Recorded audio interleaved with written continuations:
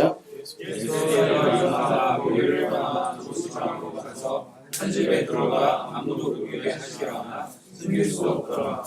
이에 더러운 귀신 들린 어린 딸을 둔 한 여자가 예수의 소문을 듣고 곧 와서 그 발 아래에 엎드리니 그 여자는 헬라이며 수로보니게의 족속이라 자기 딸에게서 귀신 쫓아내 주시기를 간구하거늘 예수께서 이르시되 자녀로 먼저 배불리 먹게 할지니 자녀의 떡을 취하여 개들에게 던짐이 마땅치 아니하니라. 여자가 대답하여 이르되 주여 그러소이다마는 상 아래 개들도 아이들이 먹던 부스러기를 먹나이다. 예수께서 이르시되 이 말을 하였으니 돌아가라. 귀신이 내 딸에게서 나갔느니라 하시되 다 같이 여자가 집에 돌아가 본즉 아이가 침상에 누웠고 귀신이 나갔더라. 아멘.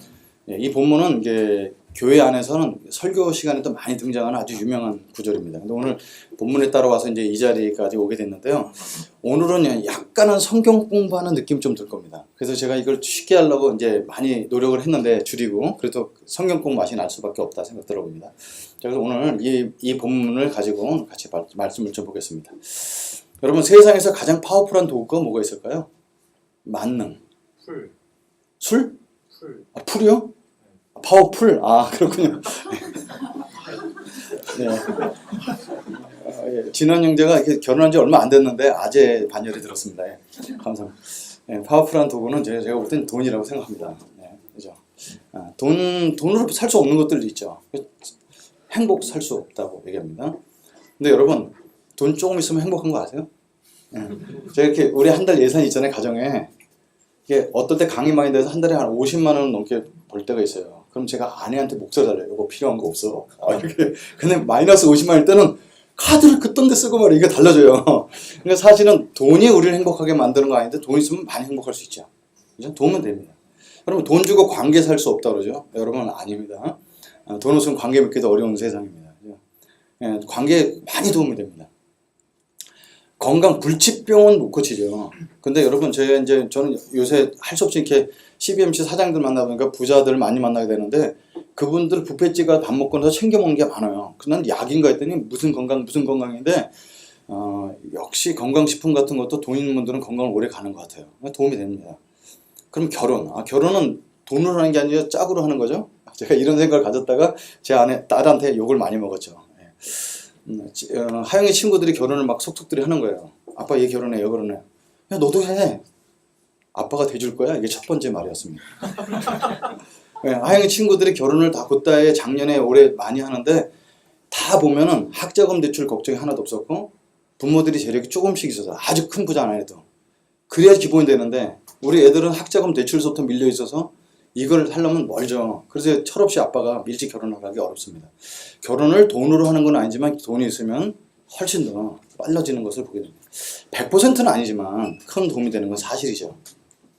근데 제가 많은 부자를 만나면서 부자도 어려워하는 문제가 있다는 걸 알게 됐습니다.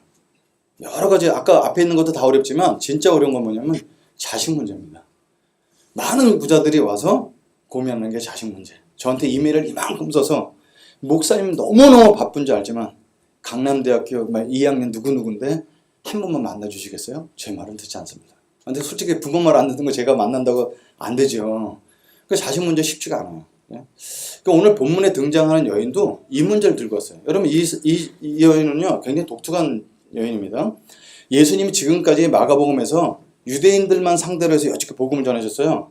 근데 갑자기 갈릴리에서 50km 떨어진 북쪽으로 갑니다. 예수님의 첫 이방 지역 사역이에요. 거기서 수로보니게의 여인을 만납니다 오늘. 근데 수로보니게는 우리 한국 옛날 성경책에 써 있는 표현이지만 시리아 페키니아. 그래서 시리아 지역은 이미 그 당시에 강대국이었는데 그 중에서 페키니아 족속은 부자 족속으로 아주 유명한 족속입니다. 그러니까 수로보니게 여인도 그럼 강남 여자 이렇게 느껴지는 거죠. 부자 동네 강남 스타일의 여인이었습니다. 근데 자녀의 더러운 귀신 문제 들린 문제를 엎드렸는데 우리 떠오르죠. 회장당 야이로가 와서 예수님 앞에 엎드리는 사건이랑 비슷하죠. 회당장 야이로는 유대인이었고 수로보니게 여인은 이방인이었습니다. 자, 이런 본문에 등장한 여인이 등장한 걸 보고요. 사건의 배경이 어떤가 보겠습니다. 요것만 단독으로 볼 수 있지만 성경은 그렇게 끊어지지 않죠. 앞에 내용이 있어요. 앞에 어떤 내용이 나냐면 제자들이 손을 씻지 않고 밥을 먹어요. 그걸 보고 바리새인들이 왜 너희들은 손 씻지 먹느냐, 우리들의 전통을 지키지 않느냐, 정결의식을 지키지 않느냐고 시비를 합니다. 근데 예수님이 이걸 가지고 외식하지 말라고 해요. 어떻게 하냐면 입으로 들어가는 것이 사람을 더럽게 하는 것이 아니고 마음에서 나오는 것이 더럽게 하는 것이다. 너희들은 하나님 말씀보다 니들끼리 만드는 전통을 더 귀하게 여기는 그 마음은 외식하는 거다 얘기합니다. 그러고 나서 바로 오늘 귀신 들린 딸을 둔 수로보니게 여인이 등장한 거죠. 이거는 반드시 유대인의 정결 개념과 연결됐다는 겁니다. 그래서 이 본문을 좀 더 파헤쳐 보겠습니다. 그럼 유대인의 정결 의식은 뭐였을까요? 오늘 본문에 앞에 보면 다 나와 있어요. 손 씻고 그릇 씻고 물 뿌리는 거예요. 여러분 바깥에 나온 손 씻는 게 정상이 안 정상이에요. 그죠? 저는 먼저 먹고 씻는 습관이 있습니다. 그래서 장에 아주 여러 가지 균들이 왔다 가는 흔적이 다 있어요. 모든 항체는 다 갖고 있습니다, 제가. 그래서 손 씻는 건 당연한 거죠. 그릇 설거지하는 거 당연하죠. 여기서 물 뿌리라는 것은 뭐냐면 장에 가서 채소를 사왔을 때 반드시 씻고 먹으라 이런 겁니다. 이거 누가 정했을까요? 하나님께서 율법이 정해놓으셨어요. 왜? 그 당시에 200만 명이나 되는 사람이 같이 모여 살고 하기 때문에 이 항체 이런 게 없으니까 이렇게 율법을 정해놓으셔서 쉽게 지금 얘기를 하면 잔소리처럼 나갔다 오면 손 씻고 그릇 반드시 닦아서 먹고 채소 같은 건 꼭 닦아서 먹으라고 얘기해 주신 거예요. 어떤 마음으로? 우리를 사랑해서 지키는 마음으로. 여러분 이런 거는 우리가 단기 선교 가보면 많이 하죠. 팀장이 항상 그래. 물 자주 마시고 손 씻으세요. 길거리 아무 음식이나 먹지 마세요. 왜? 아프지 말라고 이렇게 얘기해 주신 거예요. 근데 이거를 유대인들은 하나님을 사랑한다는 이유로 위생관념을 넘어서 종교의식으로 발전시켰어요. 이걸 안 하면 부정하다 이렇게 보는 겁니다. 그래서 이 정결의식은 안식일을 지키는 것과 함께 목숨처럼 귀히 여기는 의식이었어요. 자, 옛날 때 지금부터 20, 30년 전에 그리스도인 그럼 술 안 먹고 담배 안 피는 거. 군대 가서 막 몽둥이를 맞아도 저는 술 안 먹습니다. 이렇게 버텨냈던 게 그리스도인의 표시 같았던 건데 이 유대인들에게는 안식일날 일하지 않는 것과 정결의식을 하는 것이 이 사람들의 생명이었습니다. 근데 여러분 조사를 해보면 굉장히 형식적이었다는 거 아세요? 예, 유대인들 지금도 그런데요.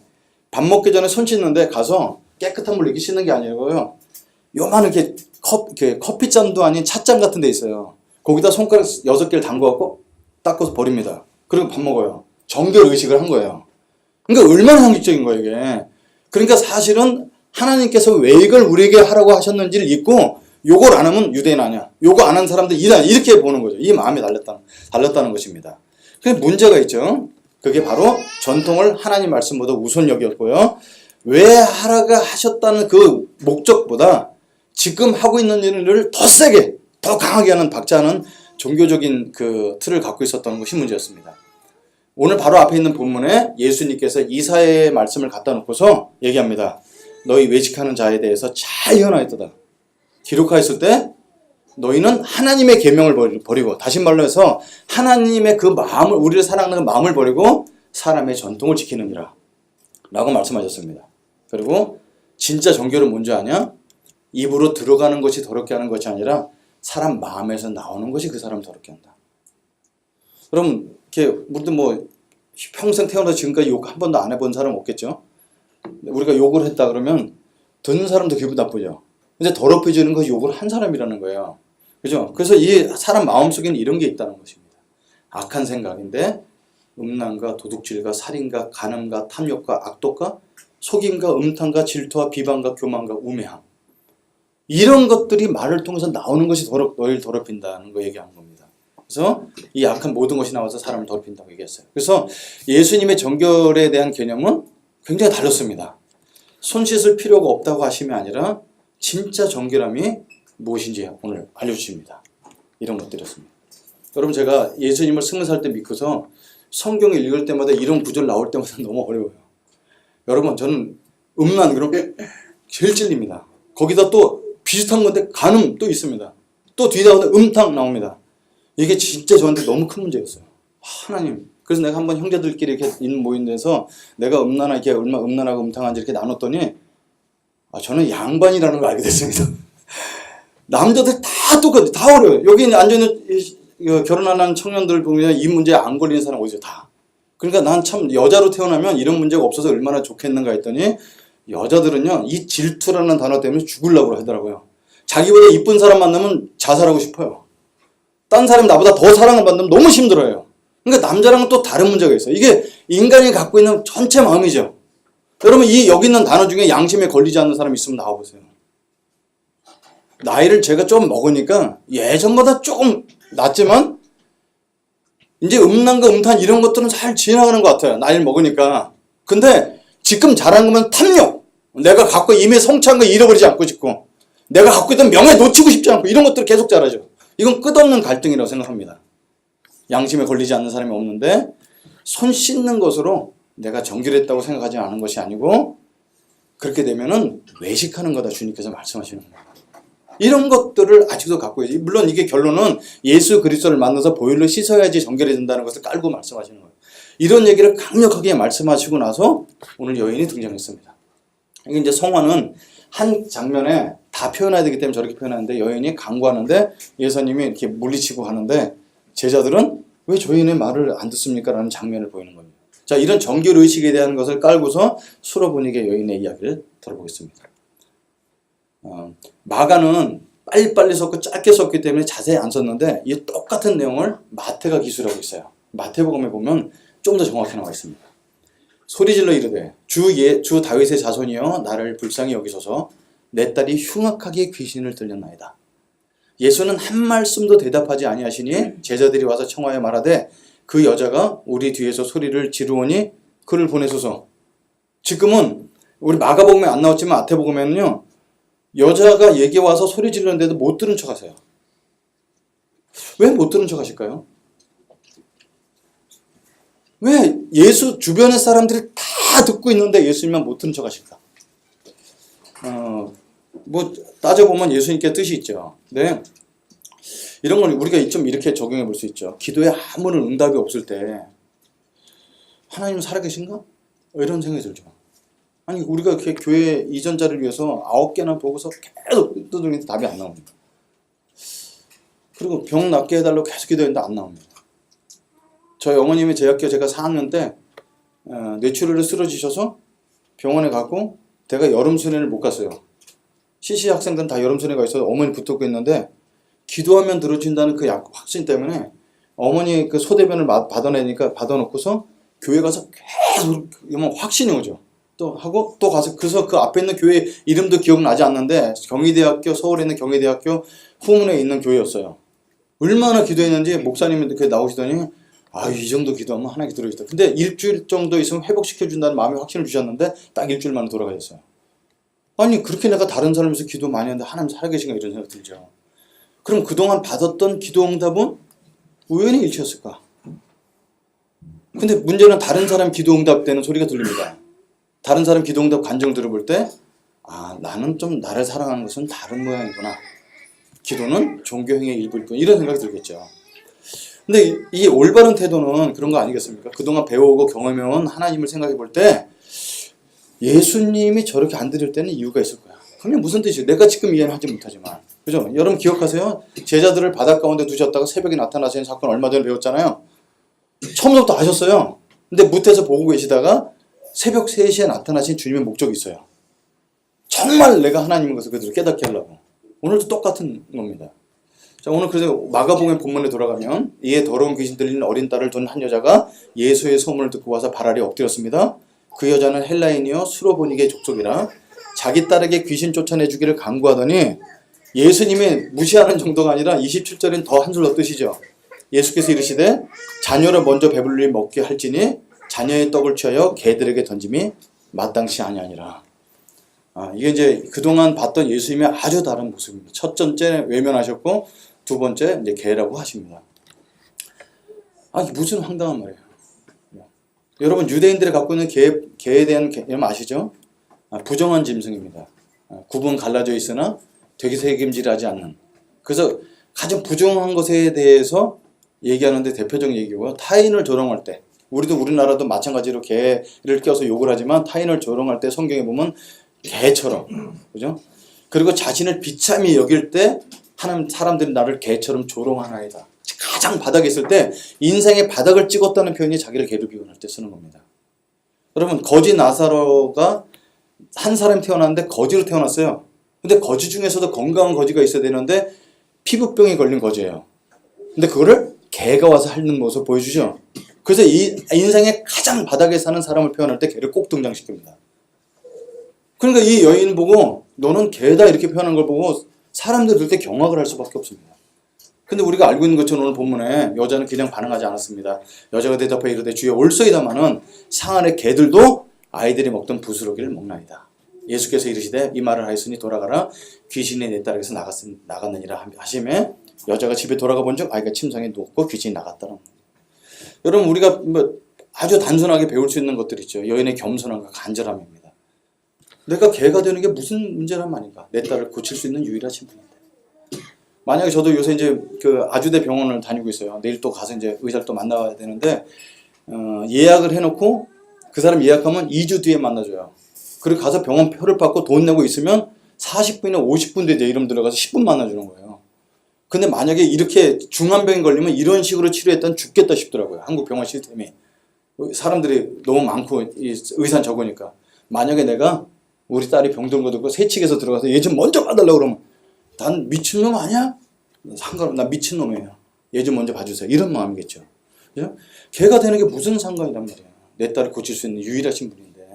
그래서 여기서 겸손이라는 태도를 보게 되는데 humility라는 단어는 라틴어에서 왔는데 라틴어의 원어는 뭐냐면요. 흙이다 먼지다 이런 뜻이에요. 나는 우리는 영어 단어나 이런 라틴어의 구절이 너무 성경적인 거예요. 우리가 원래 어떤 사람이에요? 하나님께서 우리를 흙으로 만드셨죠. 근데 그걸 히브리어 원어로 보면 더스트라고 번역하는 게 맞죠. 우리는 우주 먼지였던 존재잖아요. 그러니까 이 여인의 겸손함은 그래요. 저는 원래 우주 먼지였어요. 이렇게 고백하는 것 같은 거죠. 그리고 간절함. 모든 것을 다 투자해서 얻어야 단 한 가지 딸의 귀신 들린 문제를 고치는 문제였습니다. 그래서 우리가 쉽게 받을 수 있는 교훈이 있어요. 이 수로보니게 여인은 유대인이었던 예수님을 깔봄을 이겨내고 딸을 고치겠다는 간절함이 자존심을 내려놓고 겸손하게 했으며 결국 예수님의 능력으로 딸을 구원받게 되었습니다. 그래서 기도할 때 자신의 모든 것을 내려놓고 응답될 때까지 간절히 기도하는 하나의 모델이 되죠. 그래서 사실상 이 여인의 모습을 갖고 기도할 때 많이 씁니다. 여러분 우린 내려놔야 됩니다. 그래서 여러분 주여 삼창 같은 거 할 때 아유 이거 뭐야.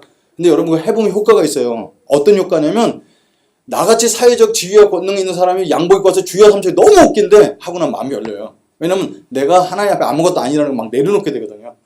그러니까 그래서 가장 많이 사용된 본문이 아닐까 싶습니다. 이 사건의 독특성은 정작 더러운 귀신 딸은 등장하지 않는다는 거예요. 야이로 딸이랑 굉장히 다르요. 이 딸은 한 번도 등장 안 했는데 고침을 받았다는 얘기만 듣죠.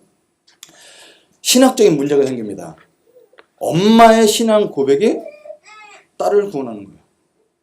그 딴 사람은 아무 상관없는데 엄마만 고치면 되나? 이런 생각을 갖게 되죠. 여러분들 저는 이거를 어떻게 좀 해석을 하냐면 어느 상담사가 이런 얘기를 했어요. 유명한 얘기를 했는데 문제 자녀는 없고 문제의 부모만 있을 뿐이다 이렇게 표현합니다. 사실상 그 아이가 귀신 들린 문제는 그 아이의 문제가 아니라 어머니의 문제 있을 수도 이런 암시를 좀 주는 것 같아요. 그죠? 물론 모든 부모가 올바로 살아도 이상하게 나간 자녀는 있죠. 근데 이 어머니가 예수 그리스도로 온전한 만남을 가지니까 딸이 고침을 받는 사건을 보게 됩니다. 자 그러면 왜 제가 오늘 성경 공부가 안 나냐면 문제가 있어요. 이렇게 해석하는 데는 방금 전 바리새인들에게 참된 정결은 외적 문제가 아니라 내면 문제라고 가르치셨는데 이방인 사람이라서 개로 표현하신 게 이해하기 힘들다는 겁니다. 아니 예수님이 차별하지 않는 분이 왜 그러실까? 그리고 또한 믿음의 테스트 치곤 간절한 여인의 마음을 갈기갈기 찢는 갑질 같아 보이지 않아요? 아무리 이방인 사람이지만 와서 했다 너 개야. 우리 유대인에 비하면 넌 개야. 이렇게 표현하는 게 너무 갑질 같아 보이지 않는 거예요. 예수님의 성품과 너무 안 맞죠. 그래서 대화를 좀 깊이 봤습니다. 여러분 이렇게 봅니다. 예수님이 말씀하시죠. 자녀로 먼저 배불리 먹게 할지니라 이렇게 말씀하십니다. 여러분 이 사건은 오병이어 다음에 있죠. 이 사건 다음에 뭐가 나올까요? 칠병이어 사건이 나옵니다. 그래서 오병이어는 유대인을 배불리 먹긴 사건이죠. 그리고 칠병이어는 이방인을 배불리 먹긴 사건이에요. 그 사이에 있는 거예요 이게. 그러니까 예수님께서 자녀를 먼저 배불리 먹게 할 테니 여기서 자녀는 유대인입니다. 그래서 유대인은 배불리 먹였으니 이젠 너의 차례가 되겠구나라는 암시입니다. 이렇게 보는 게 맞아요. 그래서 일부러 이방 땅까지 오늘 오셨잖아요. 그래서 이 부분을 이 맥락을 갖고서 성경 전체를 보고 나서 맥락을 보면요. 좀 더 알맞은 번역을 보려고 헬라어를 제가 많이 뒤져봤는데 내 실력이 그 헬라어를 보고 나서 문맥의 그것까지 끊을 정도 실력은 안 되더라고요. 그래서 계속 성경을 뒤졌는데 공동 번역에서 아주 잘 번역해놨어요. 뭐냐면 이렇게 됐습니다. 그게 오늘 본문을요. 그러나 예수님께서는 자녀들을 먼저 배불리 먹여야 한다. 자녀들이 먹는 빵을 강아지들에게 던져주는 것은 좋지 않다고 말씀하셨습니다. 표현이 재밌죠? 그래도 그 여자는 선생님 그렇긴 합니다만 상 밑에 있는 강아지도 아이들이 먹다 떨어뜨린 부스러기는 얻어먹지 않습니까? 라고 사정하였습니다. 그제야 예수께서는 옳은 말이다. 어서 돌아가 보아라. 마귀는 이미 내 딸을 떠나갔다 하고 말씀하셨습니다. 그 여자가 집에 돌아가 보니 아이는 자리에 누워 있었고 과연 마귀는 떠나가고 없었다.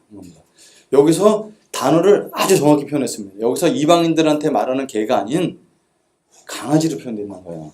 여러분, 유대인들은 개를 부정한 걸로 봤지만 이방인의 개는 반려견이에요.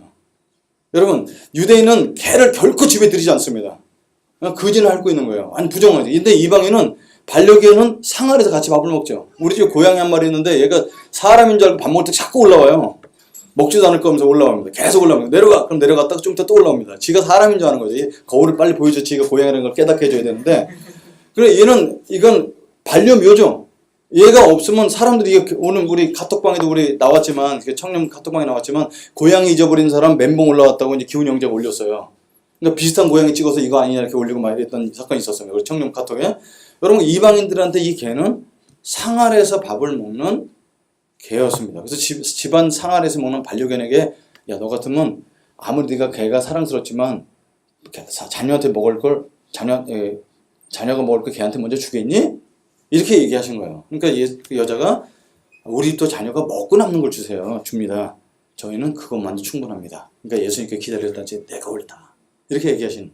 이게 본문을 보면 뜻은 똑같아요. 예수님께서 유대인을 먼저 먹여야 된다는 말씀은 똑같은데, 제가 한 번 이게 어떤 설교를 들었는데 저도 이제 그렇게 보지만 이게 이 부흥사님께서 좀 강하게 표현하려고 그랬죠. 야, 이 개년아 이렇게 하시더라고요. 설교 시간에. 그렇게 하셨다는, 그걸 뚫고 나와서 예수님 간청 얻었다는 건데, 그러면 예수님의 성품과 이게 너무 이렇지 않나 이렇게 돌아봐서 오늘 본문을 보니까 내용의 맥락은 같지만 훨씬 부드럽다는 거예요. 예수님의 대화 중에 무시나 환멸이나 인종차별을 느낄 수가 없죠. 왜? 조금 전에 부정에 대한 얘기를 하니까, 정결의식을 얘기하니까. 그리고 마태복음에는 이렇게 여인의 믿음에 대해서 이렇게 얘기하겠습니다. 여자여, 내 믿음이 크도다. 내 소원대로 되리라. 여러분, 마가복음에는 너가 이 말을 하였으니 너가 이렇게 되었다고 그러는데, 마태복음에서는 믿음이 크다고 그랬어요. 이 여인이 한 말은 믿음의 말이었죠. 제자들조차 아직 예수님이 어떤 분인지 분간하지 못하며 실수에 실수를 거듭하고 있습니다. 근데 여인은 예수님 부를 때 다윗의 자손 예수여, 나를 불쌍히 여기소서. 분명한 메시지의 고백을 담고 있습니다. 이방인이 예수님을 향해서 주, 아도나이라고 부른 주라고 쓴 최초의 단어였어요. 그러니까 이 사람은 와서 그냥 병 고쳐주는 의사를 본 게 아니라 예수님에 대한 신앙 고백이 분명히 있었다는 겁니다. 그래서 여러분, 이 여인의 믿음이 큰 이유는 포기하지 않는 기도가 큰 믿음이 아니라 예수님에 대한 올바른 인식이 큰 믿음이라는 걸 오늘 보면 알려줍니다. 예수님 누군지. 그렇기 때문에 기도를 포기할 수 없죠. 왜냐면 열쇠를 쥐고 계신 분이잖아요. 우리가 얻어내려고 기도를 많이 하자 이런 것이 아니라 그분이 창조주 하나님이니까 계속 기도하죠. 그 주님의 뜻대로 우리가 마음을 바뀌도록 우리 마음이 부드러워질 때까지 기도하는 거예요. 그래서 오늘 설교 제목 기억하세요? 참된 정결이라고 써요. 그래서 참된 정결은 진정으로 예수 그리스도를 하나님으로 알아서 우리 속에 나오는 그 수많은 마음 것들을 예수님의 보혈 아니면 씻을 수 없는 것들을 깔고 있다는 얘기를 해줍니다. 그래서 성경은 제가 마가복음을 저도 많이 읽어봤지만 계속해서 여러분이랑 말씀 나누면서 계속 똑같은 주제를 얘기하잖아요.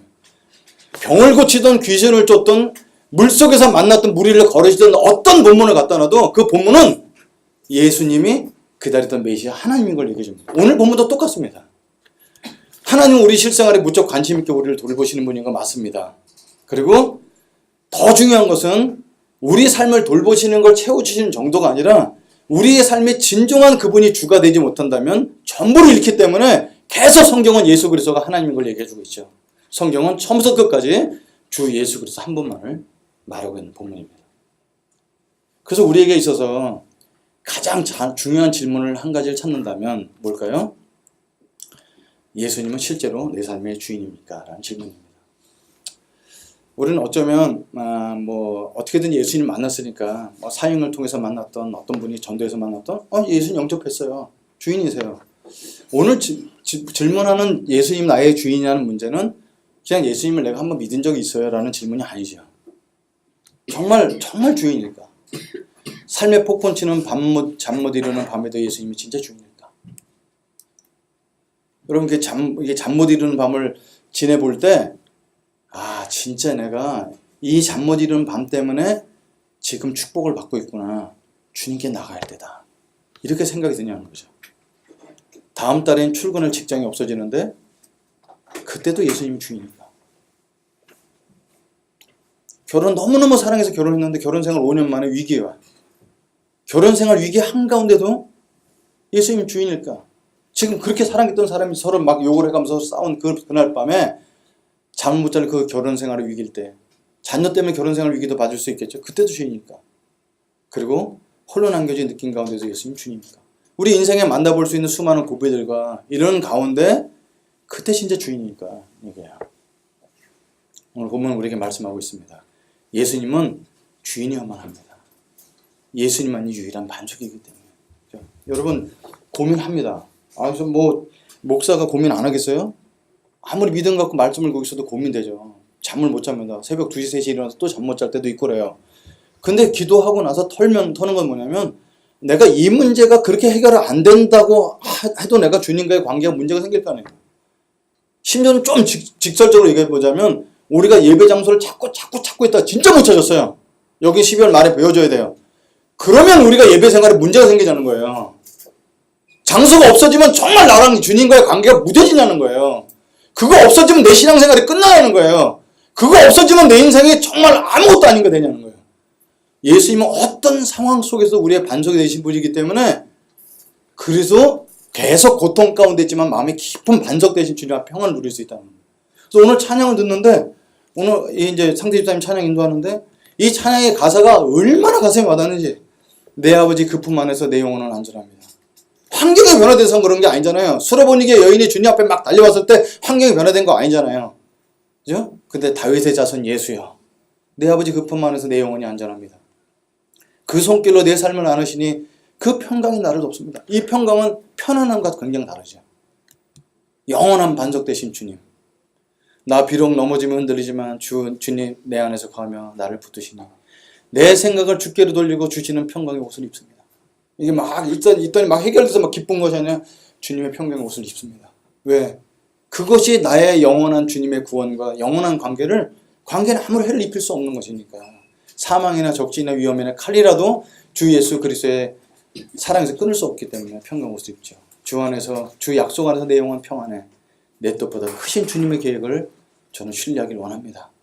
두려움 다 내려놓고 주님만 의지하며 주 안에서 내 영혼은 안전합니다. 이게 사실상 이런 경험을 다 가졌던 사람이 찬양을 시로 써서 이걸 곡조를 붙인 것들이 찬양곡이 아닐까 싶습니다.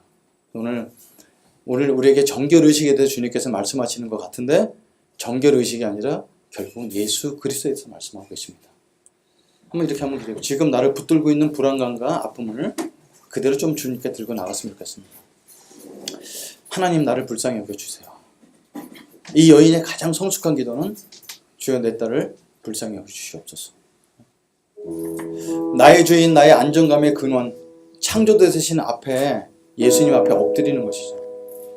우리는 자꾸 잊고 우리의 안정감을 우리의 건강과 우리의 젊음과 통장의 잔고와 인맥으로 볼 수 있습니다.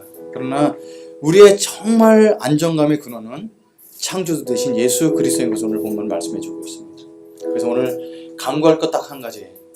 하나님 아버지, 우리가 당신 앞에 있기 때문에 참된 믿음과 평안과 용기를 제게 허락하여 주시옵소서.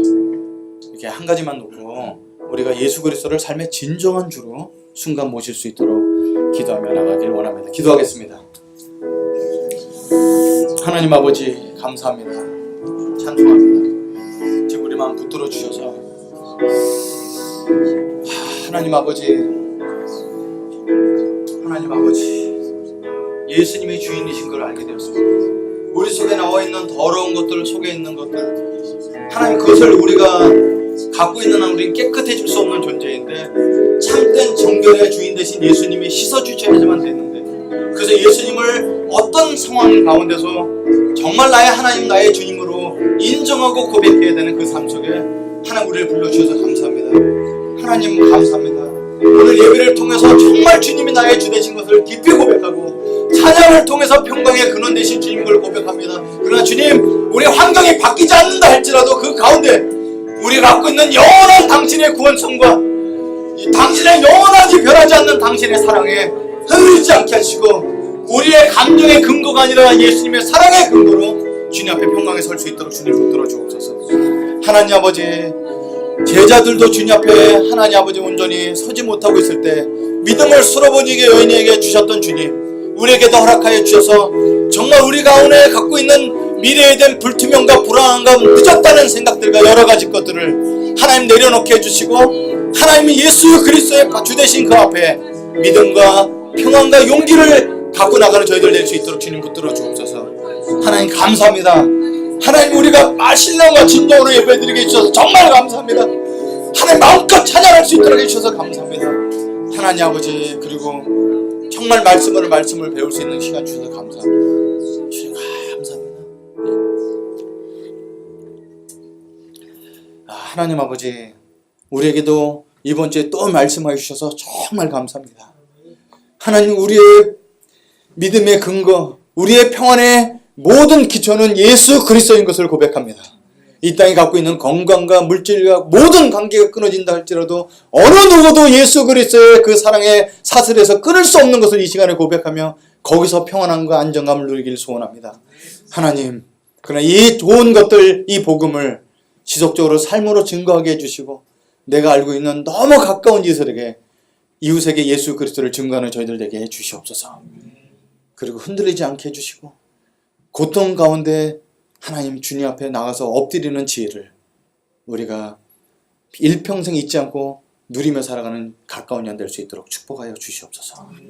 이제는 우리 주 예수 그리스도의 은혜와 하나님 아버지의 무한하신 사랑과 성령님의 감동감과 충만하심이 깊은 평안함의 근거를 예수 그리스도 앞에 들고 나가기를 다시 한번 다짐하는 이 자리 머리 숙인 모든 가까운 양 머리와 그 가정과 일터 위에 이제로부터 영원토록 함께 하시기를 간절히 축원하옵나이다. 아멘.